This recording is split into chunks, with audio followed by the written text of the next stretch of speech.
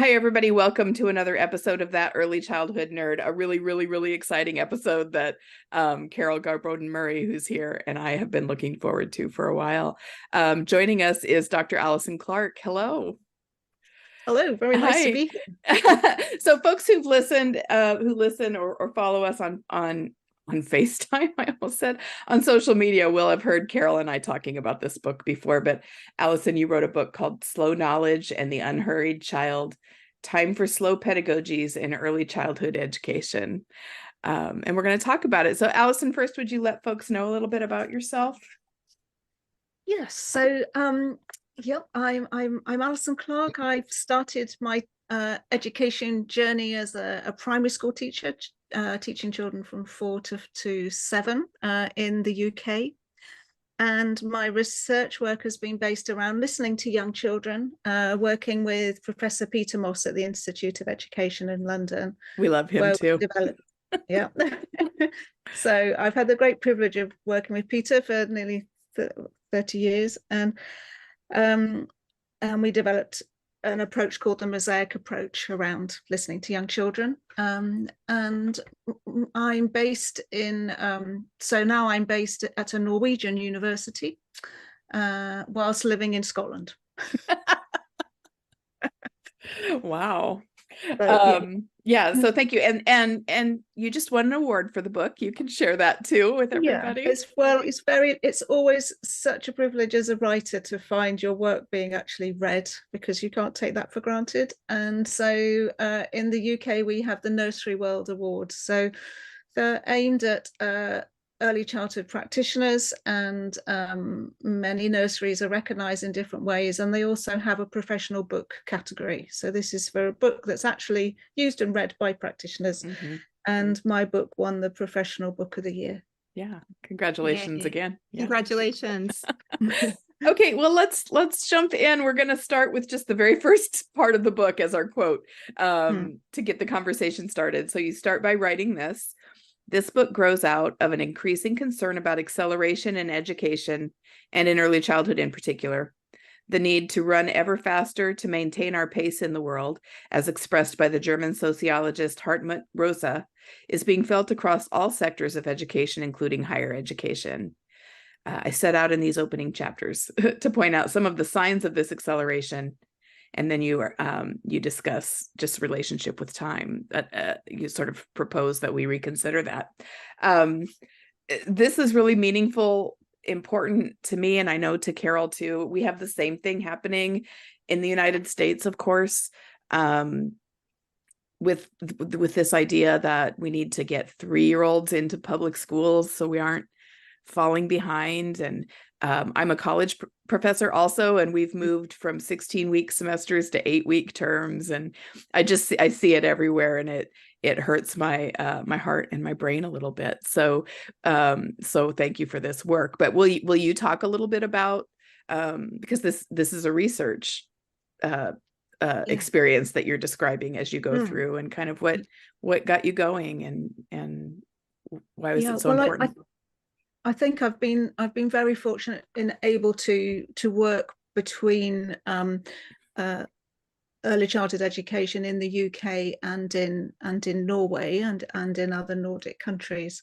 And I think one of the questions I was left with in talking with students and practitioners was particularly fascinated by the relationship to outdoors in the Nordic settings, but also asking a question, well, what would this type of practice look like indoors? Because there seems to be a different relationship with the children, with the materials. And in the end, after a lot of discussion with lots of people, and the research is very much based on deep discussions with early childhood researchers and educators across 11 countries, it felt that time was at the heart of this. There was a different relationship with time outdoors, or could be, and that is possible in indoors, but it kind of runs. It was almost countercultural to some of the practices that we find ourselves in early childhood education, in many contexts, I think. So that was some of the starting points for thinking about what would slow look like indoors. And these are ideas, some of these ideas are coming from the slow movement that started with thinking about slow food.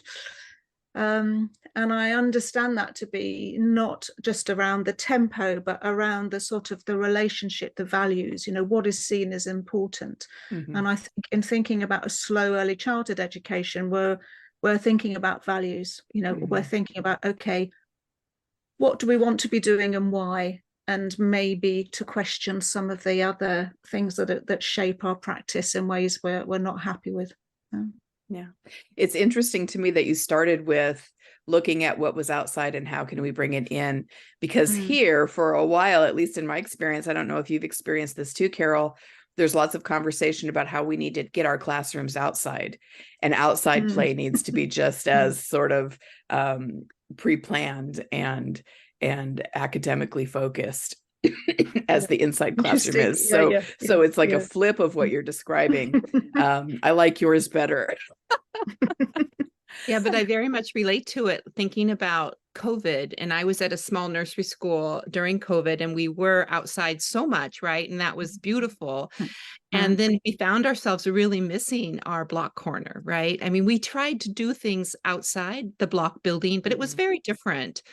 And it was good. And I do appreciate this idea, but how do we take time as a material when we move back inside to have that sort of feeling of expansiveness? And I really think of myself in the block corner, like missing that environment that is the indoor space.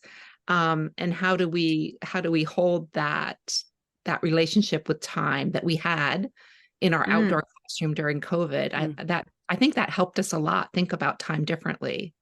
Yeah, I think so. I think one of the challenges, and this is where it relates to policy as well, is that, I think during COVID, for obviously our experiences will be very different. And some people had to really speed up in order to make very swift changes to how they were working and living. And I think for some of us, it was more of a slowing down and a kind of a sort of,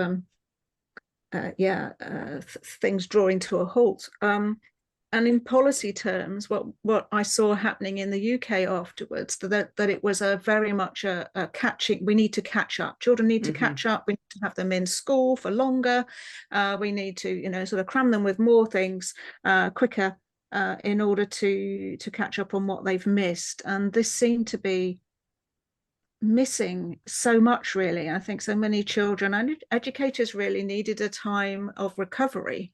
And that hasn't been the main emphasis in our policy, certainly in the UK. That was one of the things that I had tagged here, was just a sentence you had written where you said, catch up is a visible and powerful indicator of the push towards accelerated childhood.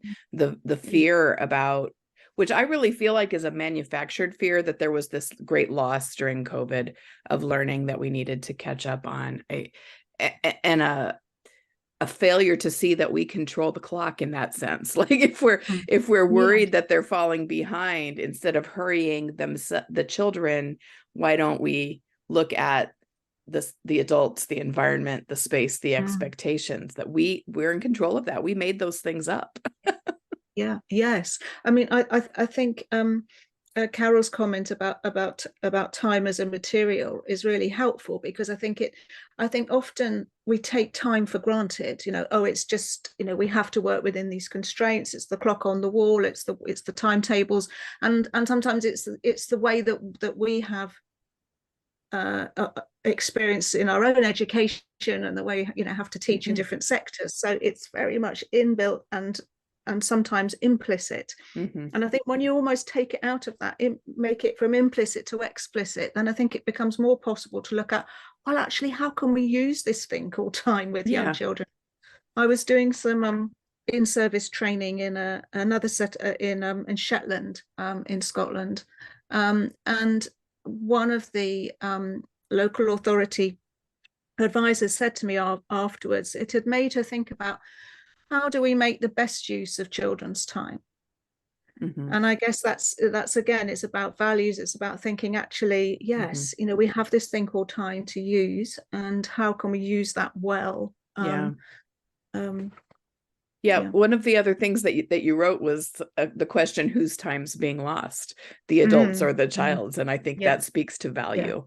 If we put the focus back on the child and see it as the child's time, that could change so much of what we do and really make some of it seem simpler. I think this idea of slowing things down and reclaiming time and thinking about it differently. It's hard for us because we think, but I have so much I have to do. yes, and and I think what I don't want to happen is that this whole discussion becomes another burden on educators. I've got so much to do, and I'm being told to slow down. And I do face that. People, do say that to me. Yeah, and I think, but I'm reminded of comments I've also had back from other educators who've been working with slow practice, and they say, don't look on this as another thing. It's not an extra thing on top of. It's actually enabling you to do some of those things you maybe have missed, which is spend more time being with the children, which is one of the kind of key characteristics of being with. And so not an extra burden. But hopefully a way of reclaiming some ways of working. I know, Carol, you've got a lot that you want to talk about, but I want to go back for just a minute and give you a chance to kind of talk about what you mean by slow pedagogies. We kind of jumped right in, but I wanted to make it, as you said, more explicit, more sort of focused, since I just love the word pedagogy as a nerd and a reader and an educator. But when you talk about slow pedagogies with young children. Yeah, so I see it as an umbrella term. So not just one type of pedagogy. So it's not designed to be a kit that you kind of take off the wall. So it's an umbrella group of pedagogies that have an explicit relationship with time, that have a certain number of characteristics. And so some of the characteristics that emerged from the study was the ability to be with children. So to be immersed in activities with children, to see that as a sort of central part really of our role as educators. And that can have moments of great stillness and quiet and slowness, but can actually be very fast because children can run around. A student said to me, I don't really like this slow stuff because I like to dance with children. And it was like, no, that's absolutely fine. You can dance. It's about tuning in more to the rhythm of children rather than of a lethargic kind of frozen way of relating. So being with, enabling children to go, to be comfortable with children going off track, as in away from the script. So that as educators in a slow pedagogy, you would be comfortable with children doing unexpected things, following their ideas in a direction you hadn't necessarily planned. Which doesn't mean that we don't plan, but it means that we are comfortable with this idea of uncertainty, of not necessarily knowing absolutely what's going to happen. And about in a slow pedagogy, we're aiming not to have just a shallow encounter with children, but to be able to dive deep with children. So again, you're providing a range of different materials and modes of expression for children. Yes, and this ability to not be constrained with, always constrained within very tight timetable, but allowing for these stretched time or unfragmented time to happen. And so, so this an umbrella group of pedagogies, lots of different characteristics, but another one would be to value the group as well as the individual.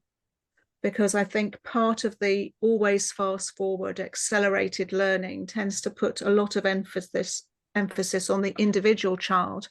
And I think in a slow pedagogy, there's also room to celebrate the group and to celebrate the difficult to measure.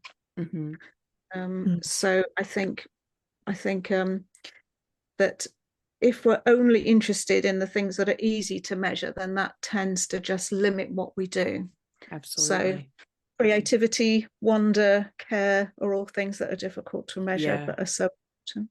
Yeah, I know, Carol, you wanted to talk about creativity and how it fits in with this idea of slow time and how children are allowed to be creative or not allowed to be creative. I was thinking like or welcome to be. Yeah, I was thinking almost more about art and creativity from the educator's standpoint. Like having, how does this pedagogy help us have autonomy?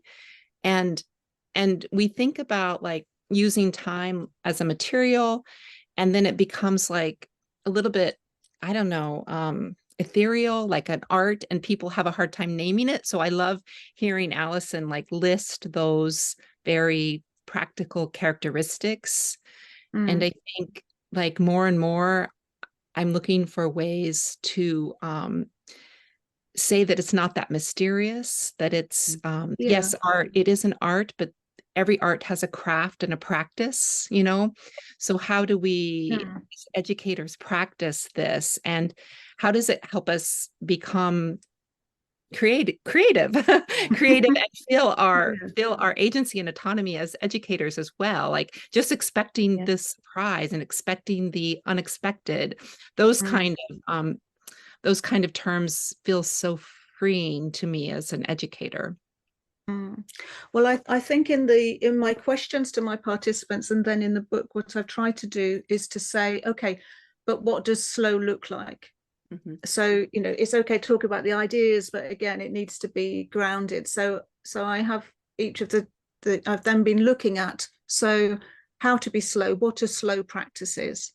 And then I think when you kind of unpick what a slow practice is, then it's easier maybe to see what slow looks like in a day to day.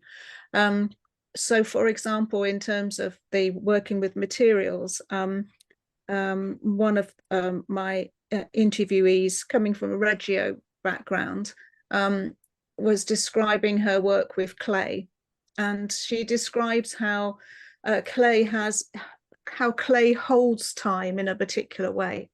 So actually you can work with clay, you can gather it from the ground, you can work with it when it's wet and sloppy, you can show children what happens when you fire it. So it has a particular it has a particular memory, if you like. Perhaps it has a different memory to something like Play-Doh, for example.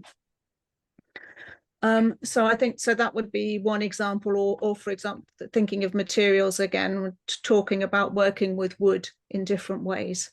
So yeah, from the forest, or from in woodworking in an activity, but has so many different possibilities. So I think, yes, to think about the practices. So what does slow look like? It has been my way to work with educators about the sort of practicalities, including things like how to be slow with a book.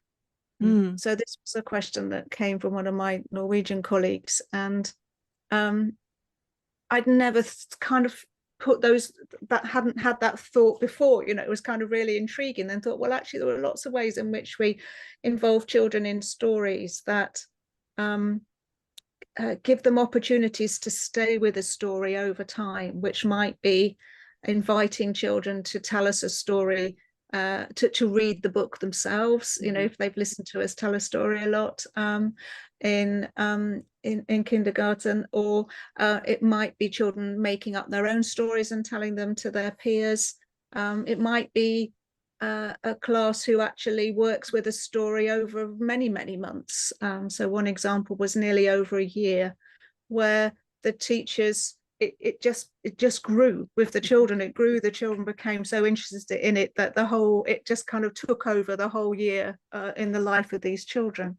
So I think there are slow can look differently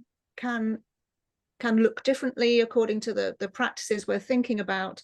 But it's only in drilling down into those details that I think we get to kind of think about, okay, what does it mean then for us as educators? What does it mean for children?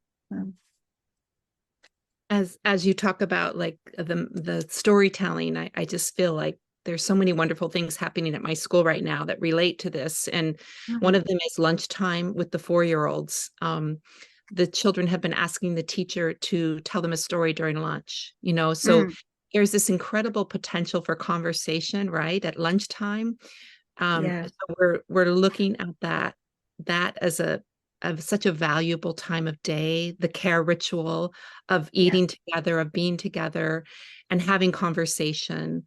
And then they're repeatedly asking for this story that the teacher isn't reading from a book. And I feel really good about that, because I have mixed feelings about a teacher holding up images while children are eating, because I want them to be in tune with their body. I don't want it to be like, oh, we're trying to entertain children, right, while they're eating or watching television. But the conversation has evolved to a story. And the teacher will often say, okay, well, maybe when we get halfway through lunch, I'll start the story. And then she's found ways to have the children's voices lead the direction of the story. So it changes. It's a repetitive story, but it changes slightly each day, depending on the child's ideas. And they're sort of thinking about their ideas all day. So this is something that's just sort of emerged in our school. And it just feels really, it just feels like this deepening of conversation, listening, storytelling, and care, lunchtime. It feels so rich. Yeah, so important. So lunchtimes has actually been a real feature of some of the development projects that have grown from my original 2-year project. And one of these has been with a group of early years settings in an area of Scotland called Falkirk. And we were working with 3 settings, and 2 of them chose to look at slow practices at mealtime, and 1 chose to look at slow practice outdoors. And these were funded by the Frobel Trust, who fund research with children under 8. So the 2 settings that were looking at lunchtimes realized that lunchtime can be a very rushed part of the day, and can sometimes be just a bit of a mechanical, oh, we've got to get children fed before we get on to the real business of the afternoon. And so they looked at ways of involving children far more in the process. So children laying the tables, children having more of a involvement in the preparation, sometimes of the food or in snack time, and then in making the lunchtime something that adults were sharing with the children, and with an emphasis on the children's agency in helping themselves to the food. And that's become, for me, that's become one of the ways into thinking about slow pedagogies and slow practices, that it starts with something very concrete and then looks at the benefits of that, the benefits for the adults who aren't rushing around doing everything, and for the children who have hopefully a more relaxed and enjoyable meal times. I'm actually hearing that children eat more. So I mean, this is so quantified, but I mean that actually when the settings that have focused on thinking about how meal times could be different, they found actually, in the end of the day, we're throwing less food away, which is interesting. Amazing. It sort of makes sense to me. Like I so many meal times I've seen just feel so stressful. I don't want to eat when I'm stressed out, So that's and sometimes you do need to have that. Well, here's a very practical thing to justify this dreamy thing I've been telling you that I need to do. One of the other things you like a word that you use is timefulness, and it's full as an FULL as a concept in this conversation. So I'd love to have you talk a little bit about timefulness. Yeah, well, it's been an interesting word because I found it from 2 different sources. So I found it from a theologian called John Swinton, who talks about becoming friends of time. So he talks about timefulness, and he's also talks about the sort of tyranny of the clock in some of his work. And he's actually talking about working with adults with learning disabilities. So kind of that made him rethink actually about finding the tempo of the people that you're working with, when that was his way in. So he talks about timefulness and becoming friends of time. And the other source I found it from was in geology, with thinking about timefulness as in taking the longer view over time, and sort of awareness of the history of our planet and the resources that we have. And so both directions, both theology and geology, take the long view. They're not just interested in the immediate. So there's something that I like about that word timefulness, that this to me is not around timelessness, which is another word that is used in some of the conversations. But to me, this is about making a full use of time, making children's time as rich as possible. So that's why I like timefulness. I like what you said about taking the long view, and this sort of like paradox between being here with children. I think about Lucy Sprague Mitchell, like being here and now, but also that being in the moment, being timeful, is the preparation for the long view, right? Because we get that pressure to get kids ready, and we're kind of pushing against that, but we're also saying this is getting kids ready. This is this is sinking in deep is actually going to prepare them. And so it's kind of, I'd like to think about how we could embrace that and say, yes, we're getting kids ready by being here now. But it does seem like a juxtaposition a bit, right? I think it is. I think it is a paradox. So I ended up talking about here and now, and because this is about being fully in the present with the children, but it's also being mindful of the history that they bring. So I think rather than treat children as being an empty canvas that come to early childhood education with no background, with no culture, so we need to be mindful of their history and their past and their experiences and interests, but also to be conscious of the future, their future, and I think the future of the planet as well. In a very troubled world at the moment. So this is not about not readying children for the future, but it is around trying to challenge just the school readiness type discourse. Excuse me, my allergies are driving me bonkers. I do think that a lot of times we're so focused, and we've got an episode coming up that's just about school readiness and that how much just stress that adds to everybody's life. But it's such a narrow thing to be spending the first 5 years of a child's life on. And when you talk about things like the impact that what we do now with young children could have on a world that's really in trouble in a lot of ways. It deepens the work, and it heightens our responsibility in a way that goes so much further than, do they know their ABCs, and can they write enough of them before they turn 5? I mean, a lovely book that I keep on referring back to is Harriet Cafaro's book about John Dewey in the earliest classroom, so 1990s. And one of the things she says about time is that to allow children to experience the consequences of their doing. So basically, to learn what it is to make a mistake, to learn what happens if, rather than adults always telling them. And I think that's such an important part of being a problem solver, of being resilient. And these are all things that children, as they grow older, are going to need. We don't really know what say the workforce is going to need, but we do know, I think, that there need to be critical thinkers, problem solvers, creative, because robots aren't so good at that.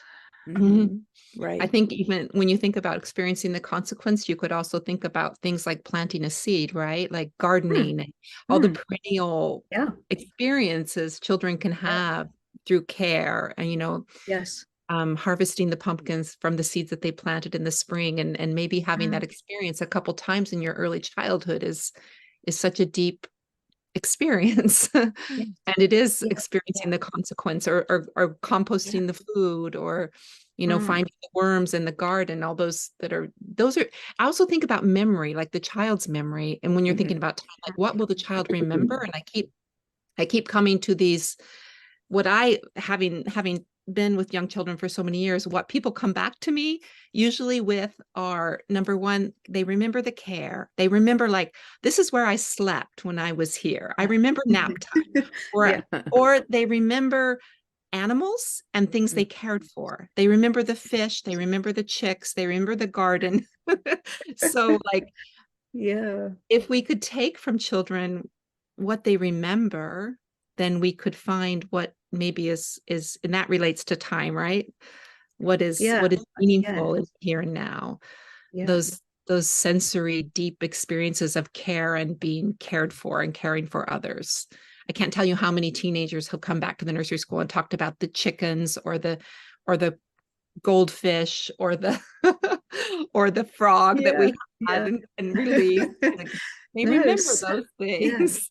So important. So, I mean, that links a little bit to some of my work on listening to young children. So when working with children, there was one in a couple of the studies, I've asked children, can you show me what's important here? Has been my question. So I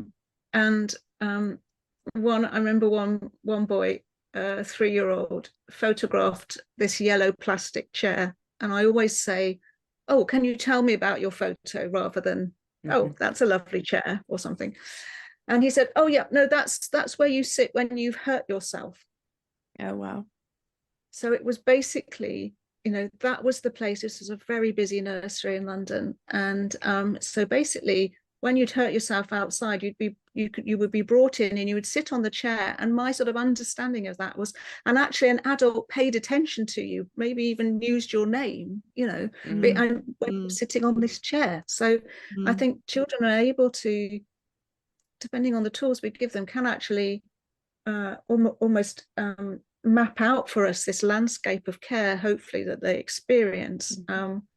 And remember, I mean, I had another child who took me to, in another project, took me to another part of the nursery where there was a display board of the members of staff.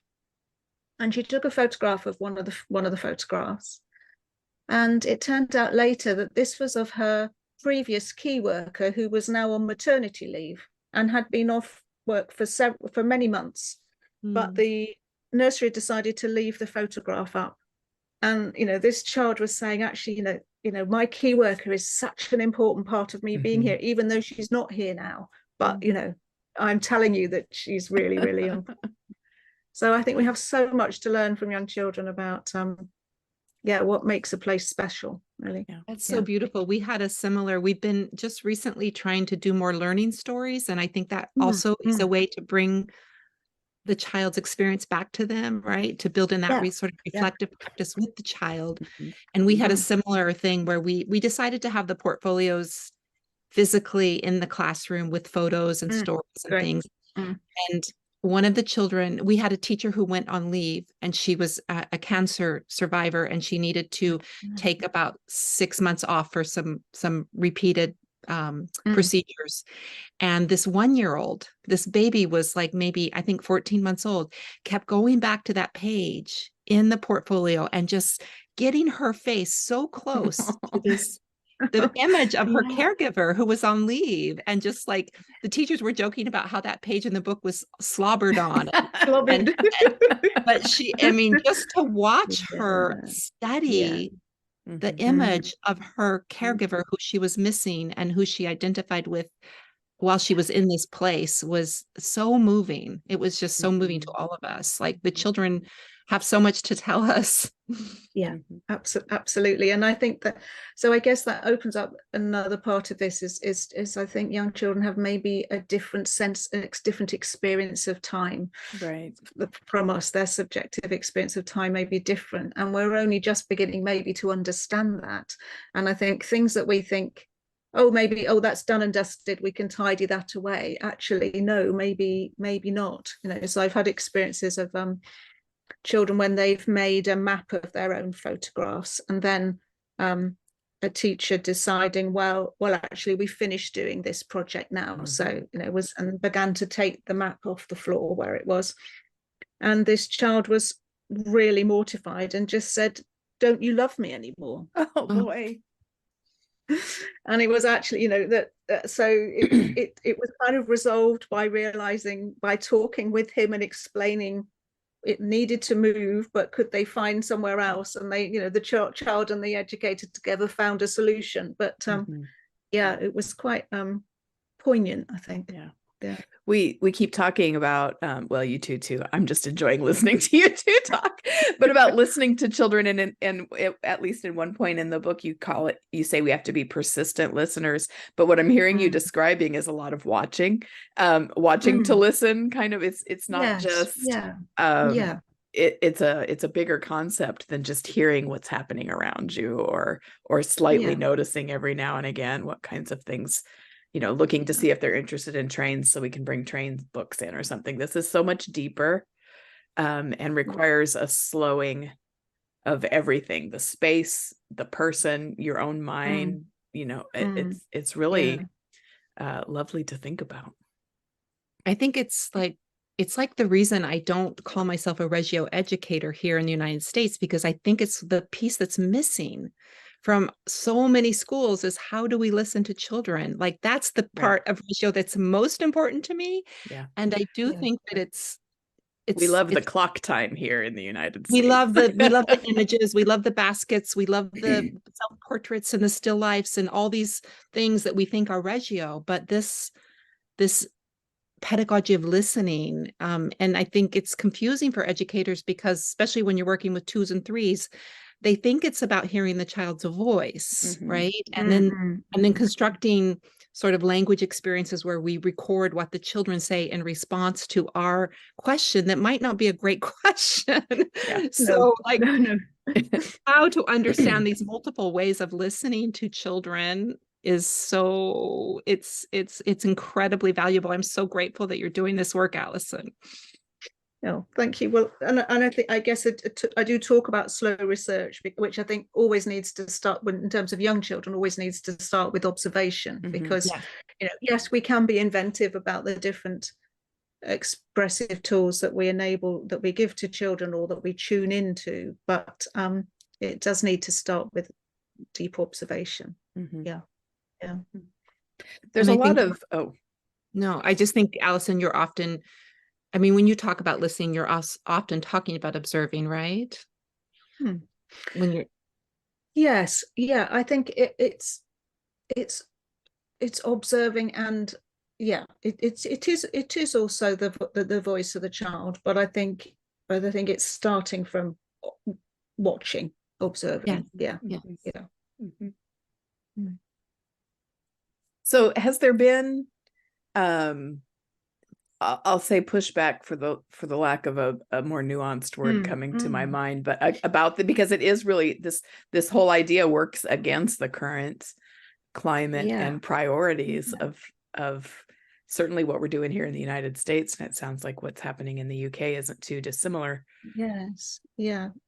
Well, it's interesting. So I'm involved in quite a lot of in-service work with educators, and so, for example, this week I've been in Orkney, where I live in Scotland, a group of islands, and one of the educators I was talking to had a role where she was working, because it's a very small rural school, so she was working across the age range from, say, 5 to 9 years old, and she was having a real difficulty in grasping with, well, she was saying, okay, this slow stuff is okay, but then we have to get on with the work. And so that's an interesting observation, and I think so. I was talking to her around, well, what does slow enable? So what can it enable in terms of the children's thinking? So it's not just it's not a relaxation tool. It's actually, we're talking about thinking processes here. So, for example, I think the idea of giving children time to revisit what they have been working on or discovering is such an important pedagogical principle. And I think if we slow down the process, make it less hurried, but also enable children more chance to look again, to rethink, then I think that's real work. You know, that's serious stuff. So yes, that's kind of one of the pushbacks. You know, yeah, but what about the real stuff? I think. Yeah, we'll have slow time at 3 o'clock. Yeah, that's right. Yes, yes, yeah. So, and I think it's difficult when we're working within very tight timetabled systems. So the other challenge is, say, talking with colleagues in higher education, and just as you were saying, Heather, about the shrinking of the number of weeks that a course has to be taught in, that type of really difficult constraints. It's not necessarily pushback, but might be kind of more despair. Yes. But actually, this is so different from where we are that actually it's just distressing to talk about it. And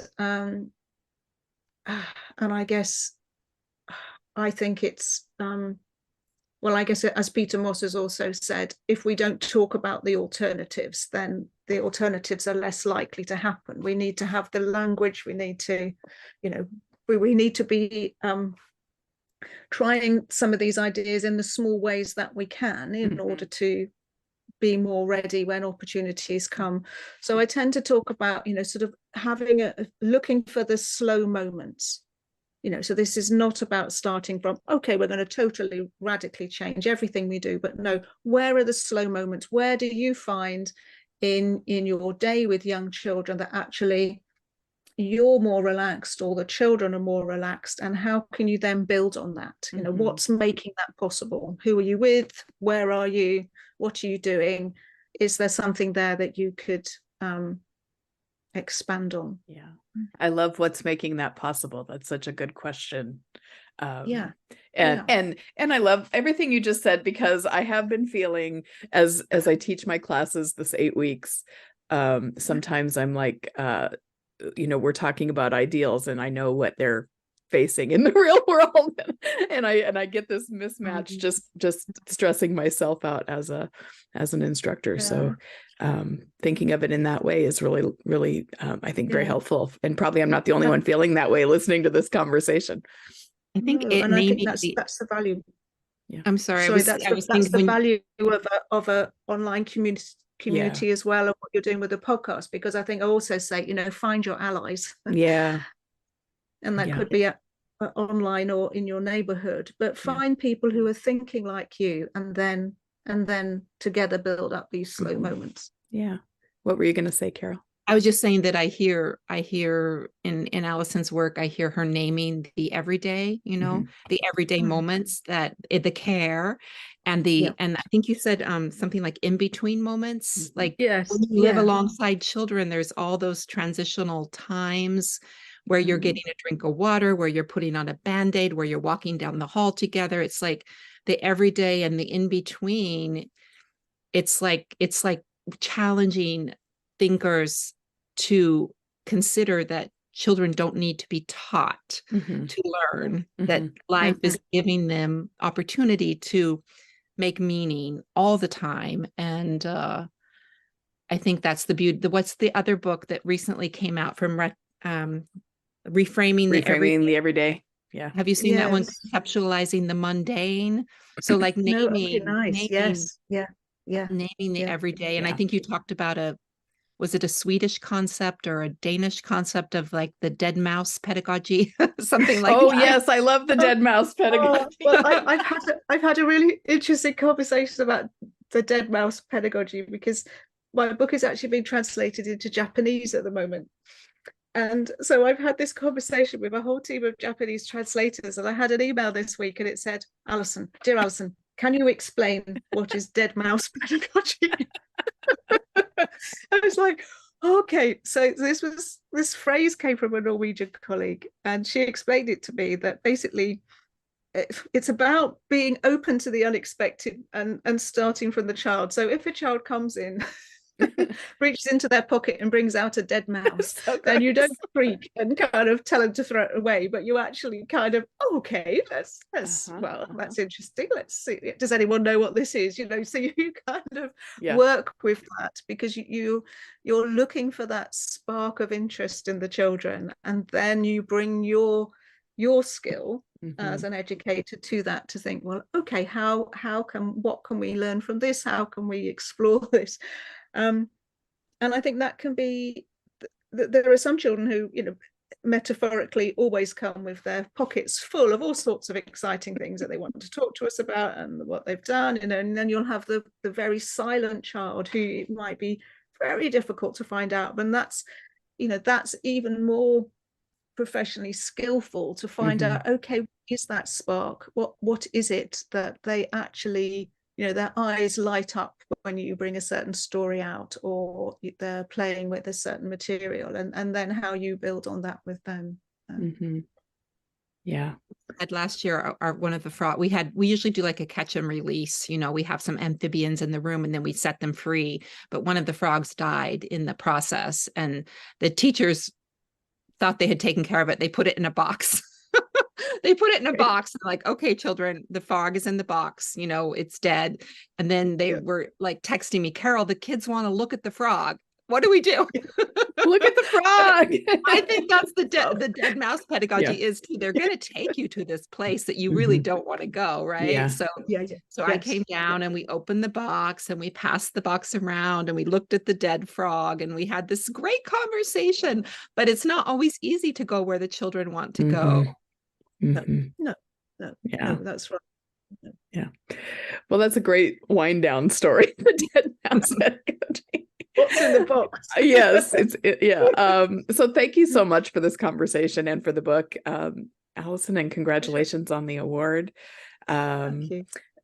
We'll put a link in the description for this episode of where people can get the book if they decide they need it after hearing you, and I'm sure that they will.